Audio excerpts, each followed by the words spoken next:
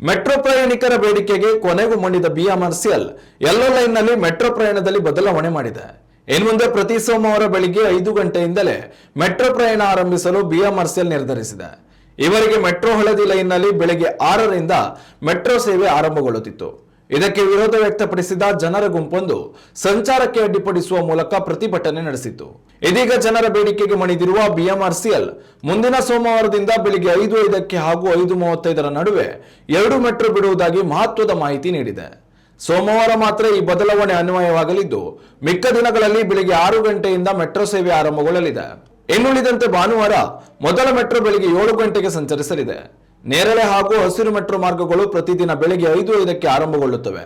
ಈ ಹಿನ್ನೆಲೆಯಲ್ಲಿ ಹಳದಿ ಮಾರ್ಗದಲ್ಲಿಯೂ ಬದಲಾವಣೆ ತರಬೇಕು ಎಂದು ಪ್ರಯಾಣಿಕರು ಆಗ್ರಹಿಸಿದರು.